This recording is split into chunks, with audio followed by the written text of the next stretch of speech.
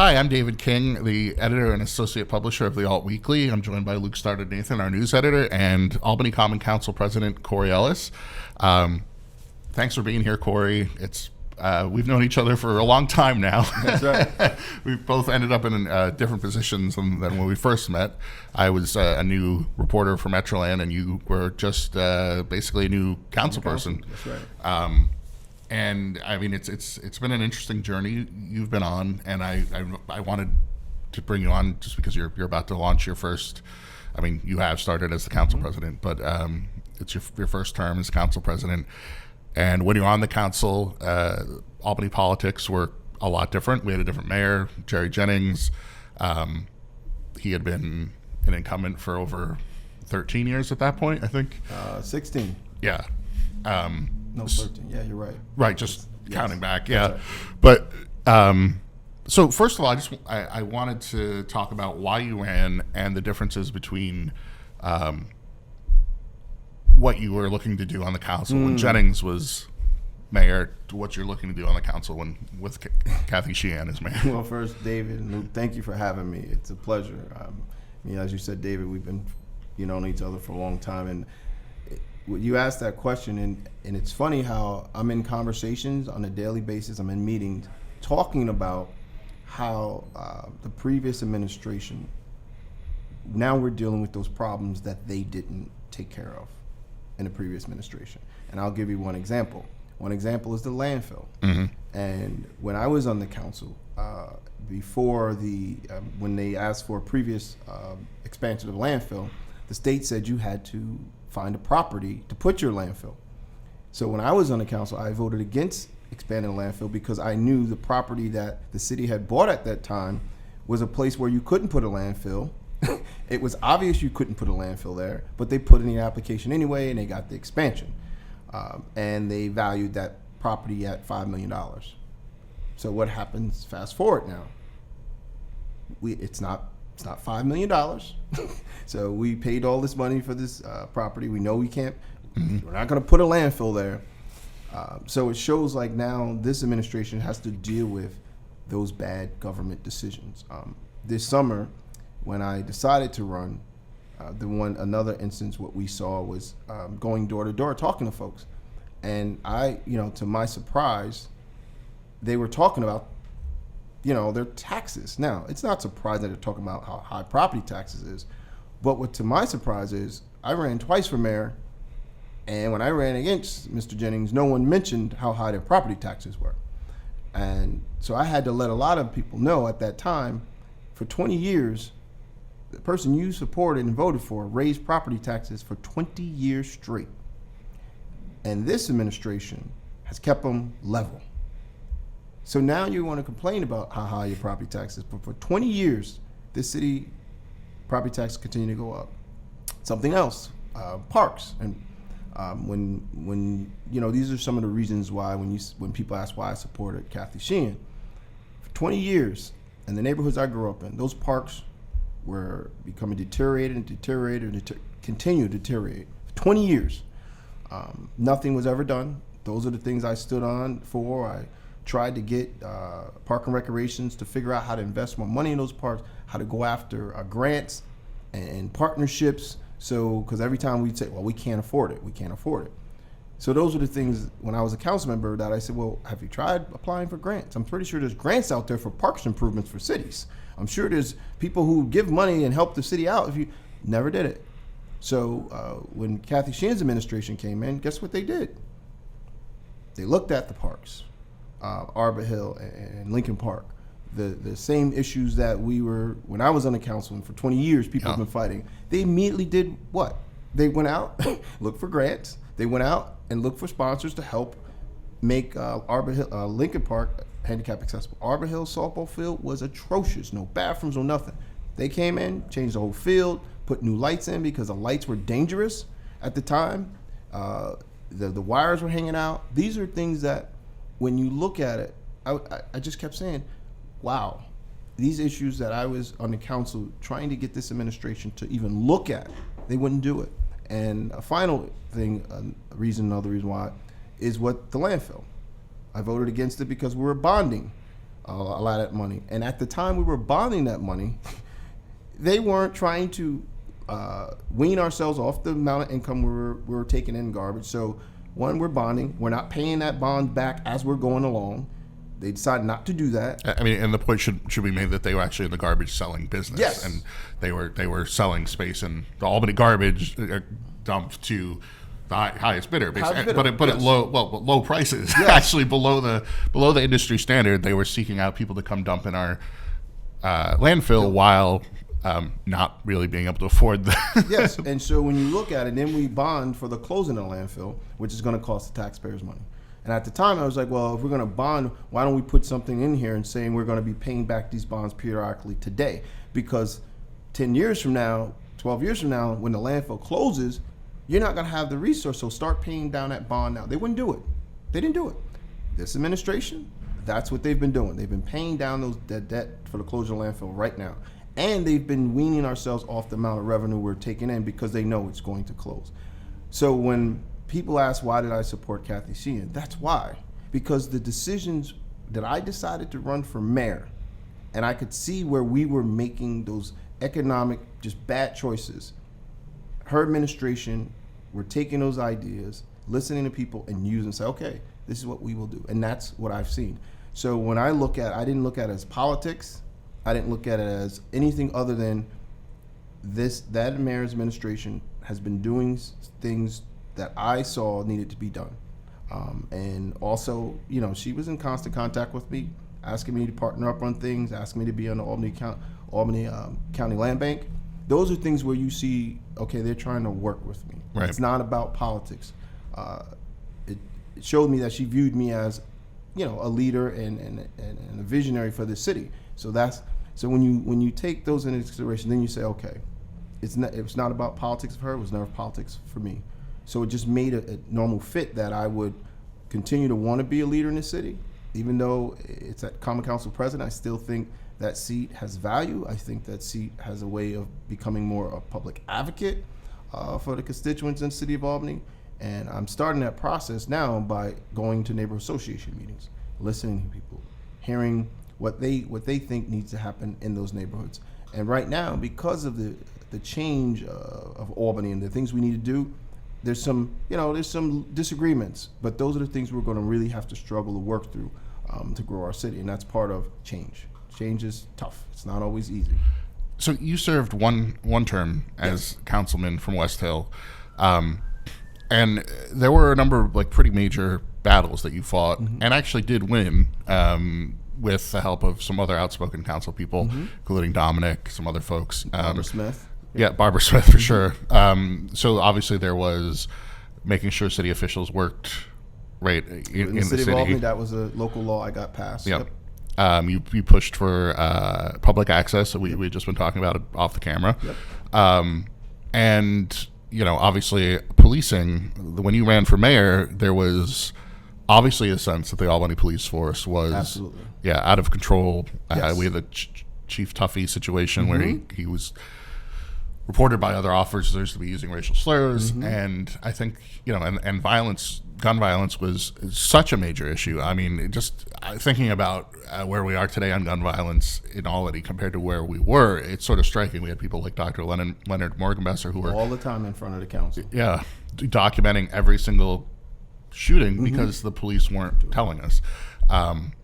And obviously a lot has changed since then. So your first run was based, I think, a lot on that, and you did extremely well in the primary, and people were sort of, surprised in a way, I think, a lot of outsiders, because Jerry was such a long-term incumbent. And then the second time you ran, you went up against Kathy. So I'm sort of wondering, you succeeded in being outspoken against Jennings.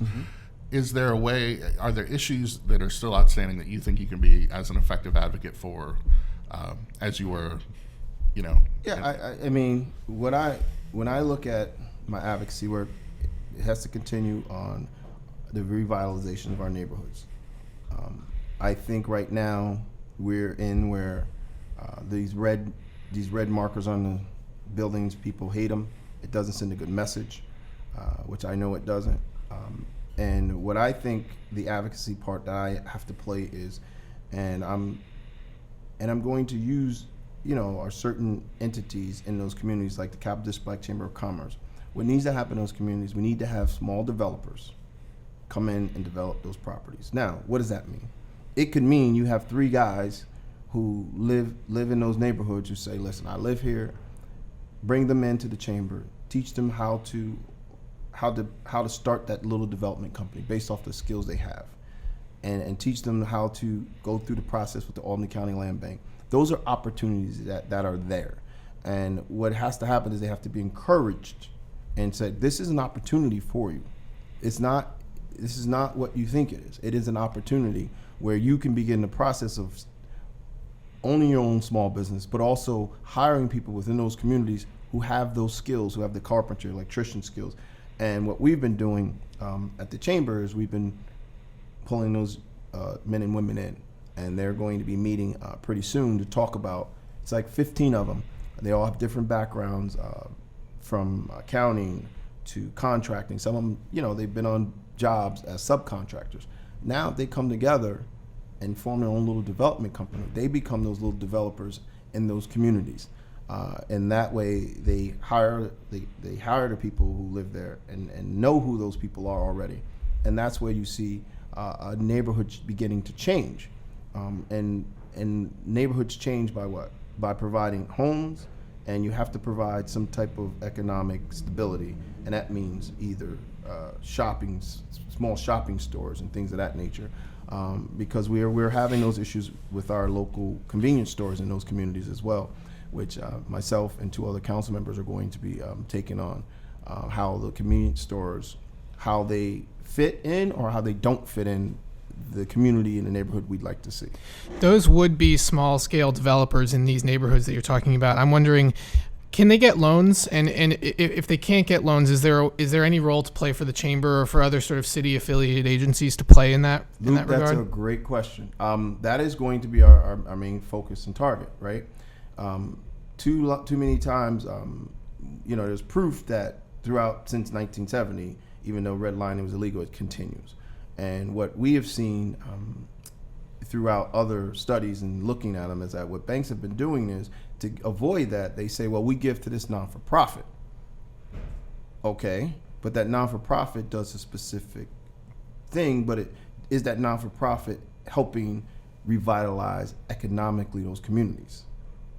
And most of the time it's no, the non-for-profits are providing some social service, right, surrounding, helping people try to lift themselves out of poverty. Mm-hmm. But if you don't have the capital of loans for a business, if you don't have the capital or loans to get a home mortgage, how does that happen? And we need to begin that process of educating and really not saying we're partnering banks, but truly doing it. And doing it is by the capital, the amount of loans they lend out for home ownership, the amount of loans they lend out for small business ventures. That's when you're a true partner. And yes, the Capital District Black Chamber of Commerce, that is one big piece about the advocacy work. And then you'll see the economics change within those communities. Yes, we have social programs in our community that is needed, but you have to start investing. We all know it's economics. It is economics. It's about how people feel those neighborhoods. Are they self-sustainable? And when you see a self-sustainable community, that means you see stores and shops where they're owned by the people who live in those neighborhoods. And then they hire for people who live in those neighborhoods. Why? Because they're their neighbors, they're their kids, they want to give opportunity. That's when you see those neighborhoods grow and it happens. But yes, you have to start with what type of capital are those neighborhoods getting for economic development, not just for social programs. There's also quite a few speaking more broadly about Albany, there's quite a few big rental apartment complexes online that come into the city of Albany as well. Mm-hmm. I live in Troy, and the same thing's happening there. Do you see that as a positive sign for the city? Do you see that as are there any sort of attendant issues that come along with that with that development? Well, how do you see those kind of? Absolutely, we're seeing it right now in Pine Hills. We're seeing it with the old Palladium. Right. How people I'm a neighbor. How people see their neighborhood. Yeah. And you have these big apartment rentals, big structures coming into the city, and people say, wait a minute, this changes the look of my neighborhood. This changes the type of families or non-families that enter my neighborhood. And those are things that when you look at how you're developing a city, those are things we have to make sure that the voices of those citizens is not only heard, but taken seriously. And when developers come in and they want to do these projects, we have to make sure that they understand that you have to really follow what these citizens in their neighborhoods want. Why? Because they've invested years and time, and they have a vision of why they moved into that neighborhood, right? And we just can no longer say, well, if they don't develop it, it'll just be a vacant lot. No, we have to figure out how to make it where developers come in and say, okay, I can do that. And if they can't, why? Why can't you have one less floor? Other than saying, well, we won't make as much money as we have. So I'm interested to see on those large, I say large rental properties, because I always wonder like who's going to be affording this. They said $1,200 a month. I'm like, where are these people? Obviously, they did their research and studies. I hope they're out there because they say they are. So those are the things we have to really look at. So your entrance into politics in a lot of ways locally for a lot of people was your involvement in the David Soares campaign. I'm wondering if you have thoughts about where he is right now. He's faced some criticism. He just had his heart attack and is recovering from it. I've talked to him about his sort of recommitment to justice last year and sort of reform. I'm wondering, what do you make of the criticisms and are you still in touch with David? Well, district attorney, I got the message from the news about him reestablishing himself with the progressive community and things of that nature. But they're going to want to see it. They're going to want to see the action, not just the talk of it. I would say to he is a friend. I supported him, but I also know how to separate friendship from what I have to do as elected official and what he has to do as a prosecutor. And one of the things that, what we're going to be championing, I believe Dorsey April's will be carrying the resolution about supporting a commission for district attorneys like they do for judges. They're trying to get that passed statewide. So our council is going to be taking up that resolution to talk about how there should be a commission for DAs as well. If they are found that they haven't done their job correctly, there should be a commission that has the ability to remove them and not just wait for an election. And people say, well, elections, you can remove from election. I'm like, probably 93% of people who run for re-election win. And there's many, many factors that go into that. I think a factor that goes into it is the inability for candidates to raise money. Yeah. That's why I support public financing. I tell anyone, you can't have it both ways. You cannot have no term limits and no public financing. Let's start. You got to give us one of them first. To have a shot at winning. And so when it comes to district attorney races, I know for a fact that most people don't pay attention to district attorney races. So if a district attorney, albeit if someone spends, like in New York City, the young man who killed himself at Rikers. Khalif. Yes. Yeah. Think about that. Now, is that district attorney going to be unseated? Who knows? Maybe he doesn't run again. But that's definitely a miscarriage of justice. Why was he in for 3 years? And not even brought charges on. This is that's why you need a commission to start looking at these cases where you start seeing when the city, just in general, cities paying, they're paying money because they got sued because this happened. Like, what? How'd that happen?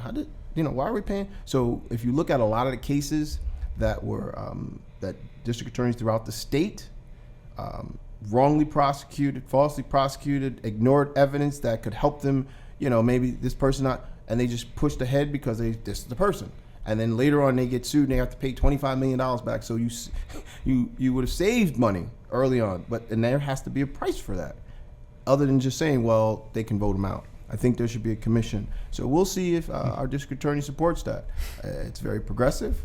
We do it for judges. Why not a district attorney? Do you hear from constituents a lot about criminal justice type issues, Absolutely. whether it's bail, whether it's local courts? It's about the harsh sentencing. I know people have researched our district attorney and felt like some of the sentences for young men that's been going to prison has been too high. So yes, we hear it all the time. Most of the time we hear the sentencing. They could point out one instance, this person got this, and this person, why, what is the difference? And in Albany, the part where it normally comes down to, it's either because they had money or they knew someone politically. And you have to, the only way you get away from that is justice has to be distributed equally. And so I know, and I've expressed this to the district attorney myself. I said a lot of people, they're trying to see how you're going to govern. If you're going to change, if you've changed, they want to see it. They don't want to just hear it. So we had Kathy Sheehan on, Mayor Sheehan on a few weeks ago, and we were talking about ICE. And obviously we had the Sheriff Apple, who was looking at a deal with them, and now the Rensselaer County Sheriff is going ahead with this deal. I'm wondering what your thoughts are. Obviously, the mayor has been very outspoken about being a sanctuary city, but she was not willing to sort of say this is a group that's doing real damage. And it's sort of, a lot of people, I think myself included, believe that ICE is sort of un-American in a lot of ways, that it's becoming sort of a fascist organization. It's violating a lot of human rights. It would even seem at some points. Do you have a take on? I mean, what's your stance on the impact of? Well, first of all, I just say I'm glad our mayor has stood up and made sure that we are a sanctuary city. As far as ICE, I haven't really thought too much about it. I'm just happy that we are getting the message out. Not only that the mayor stands for that, but our officers as well understand what that means, and they're following suit in that. And I think, and this is to go back to, sorry to go back, but I always like to go back to contextual. I think that started because of Chief Tuffy. When I ran and I talked about we need community policing, he would say we did. It wasn't community policing, it was tactical policing. And so I believe after he, resigned and the election was so close, I think that administration and the police officers who wanted to do community policing got that message loud and clear, just because how close the vote was, but they also saw that they had an opportunity. And so that led to APAC, where the council appoints citizens to help deal with some of those local issues of policing and how people want to be policed. And so I think when the mayor stood up and talked about Albany being a sanctuary city, that sent a message to APAC, and that sent a message to the officers, and they are full on board with it. And I think our officers with community policing, they've bought into it. And so now we're going through the process of trying to get a new chief, whoever that chief is. The way you keep that going is the chief has to buy into it as well, and not just say it, but make sure it continues. So we're running a little over, but I do have two questions. Oh, it's my fault. I do have two questions I want to get to. I'm long-winded, brother. No, I'm not a good interviewer. I'm not a good interviewer. Yeah. I'm not a good interviewee. Interviewee. I talk too long. So obviously, again, we're in this dance with the state, with Albany looking for money. It's something you talked about as a councilman. It's something that obviously people have criticized for a long time, that we're looking for this bailout again. I know the mayor has said after the governor hopefully delivers this time, they'll introduce a bill to sort of make it permanent. What do we do if we don't get the money this year? What are your thoughts about that reality? That becoming reality? Well, I mean, you don't want it to be reality.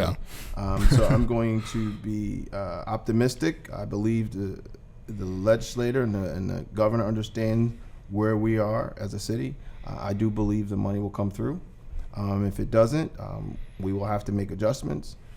But I also believe that there's other opportunities out there that, as a Common Council president, that I will be putting out in the next couple of months of what we can do to generate more revenue, and what our partners in the city needs to do to help us generate more revenue. And I'll be coming out with a report on that as well, of what they could be, how we can be doing a lot better and sending a message. Because some people say, well, if you're not getting it from entities within your city, why should the state bail you out? I don't look at it as a bailout. It's not something that they're doing us a favor. We rightfully deserve that money, and we deserve more of it. We're underfunded based off of the recent how they calculate those dollars. So it's not them bailing us out. We should be getting that money and more of it, not just what they're giving us. So I think that message has to be clear, and that's the message I'm sending to our citizens as well, because we're asking them as well. You need to call up there, say this is our city. This is not a bailout. This is what we rightfully deserve, and we should be getting more. And it should be, our city should not have to every year go through the process of wondering. Everybody makes long-term plans. Yeah. And we need to close this issue so this city can continue to make long-term plans and move forward. So the last thing, we have been on a few adventures together. I followed you for the Obama-Clinton primary, and then Obama-McCain, and to Pennsylvania and Ohio. Yep. You were an Obama delegate, and I know that you were very involved, very inspired by the president. So sort of a two-part question here. How much of the Obama presidency do you think led to the Trump presidency, that backlash? And then two, who's next? Who's the person that, do you have someone that inspires you? Is there someone that? That's a good question. People, I think I'm not looking at the backlash as Trump getting a Republican nomination of Obama. I don't look at it that way. I look at it as, and this is just my personal view, when you run for president, you have to have a vision of where the country is going. Unfortunately, I believe the Hillary campaign talked about why he shouldn't be president, and they didn't talk about why she should be president. And part of that message is, when you're talking about what the future looks like and where we're going, that inspires people. And the people who stayed home and the people who decided not to vote for Hillary, they didn't inspire a message of hope, a message of where we're going in the future. It was more of, he's a bad guy, he's a dirtbag, he's a racist. We all know these things to be true. We do.